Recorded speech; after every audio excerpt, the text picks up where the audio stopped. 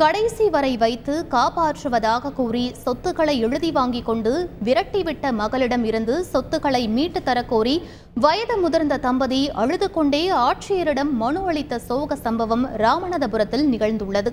கீழக்கரை அருகே உள்ள காஞ்சரங்குடி கிராமத்தை சேர்ந்த 75 வயதான மூதாட்டி பூச்செண்டு தன்னுடைய 90 வயது கணவர் கார்மேகத்துடன் ஆட்சியரை நேரில் சந்தித்து கண்ணீர் மல்க மனு அளிக்க வந்தார்.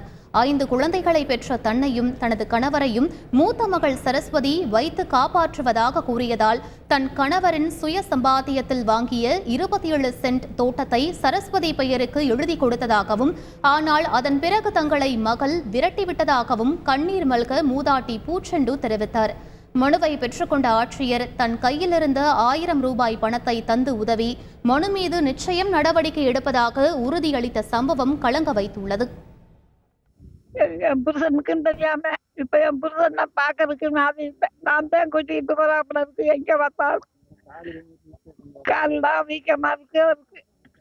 என்னமா கதகட்டு ஐயா, உங்க நம்பி நான் வந்துட்டேன். நீங்க தான் என்னை காப்பாற்றணும். என்னையே என் புருஷனு எனக்கு என் கொண்டு என் பேருக்கு வந்துட்டா போதும்.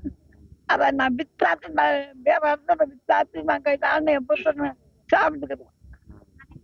யாருக்கும் கொடுக்காது. 5 பிள்ளைல உங்களை பார்க்கல. எனக்கு பெருசு போட்டேன். ஆம்பளை பிள்ளை எத்தனை? 3. எல்லாத்தையும் படிக்க வச்சீங்களா? படிக்க வச்சு கிடைக்க வச்சு என்ன அதாவது போயிருக்கு.